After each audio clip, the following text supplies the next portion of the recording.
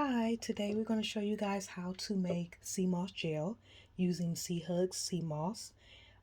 If you've looked at our previous video, you'll already see that we've rinsed some of the sea moss, rinsed it of the ocean salt, and we've let it sit in water overnight for about 12 hours. And so we're going to go ahead and get started. We're going to use a little of the alkalized water. Any brand will do. We're just going to add that just for a little moisture. Okay.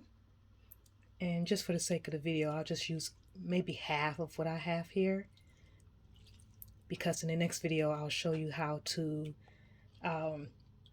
make variations, such as adding elderberry for added flavor. Okay, I'm just going to put it in the blender here.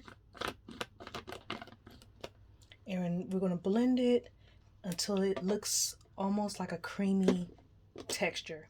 Okay, so sea moss is pretty much good for weight loss, for energy boost, for immune system boosting. It's a natural aphrodisiac. It's an anti-inflammatory. It's great for joint and bone health, as well as thyroid health, mental health, emotional health, and for great skin.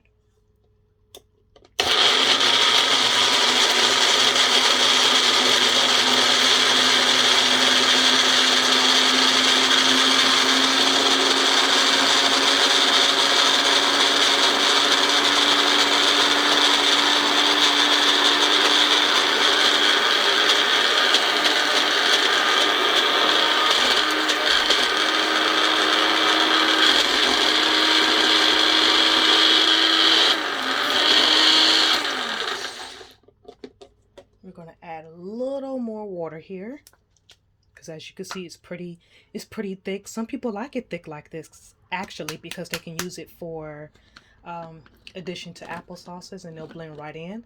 But we're just going to see how that looks.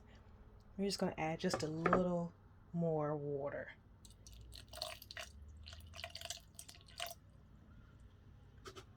And once again, I just used alkalized water.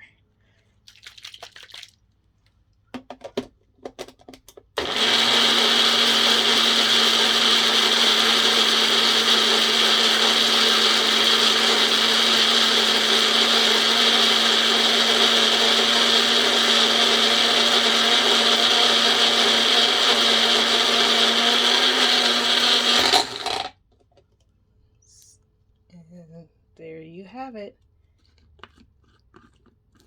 Nice smooth sea moss gel there. The average serving size is just a tablespoon, literally a tablespoon. You can mix it in your applesauces and your smoothies. And stay tuned, because we're going to make another video showing how to remove some of the ocean taste. Some people don't like the ocean taste that comes with sea moss, so we'll make another video showing how to mask and remove that or mask that taste. Okay, so stay tuned. Don't forget to like and subscribe. Sea Hugs sea moss, and you can purchase some of the sea moss at www.seahugsseamoss.com.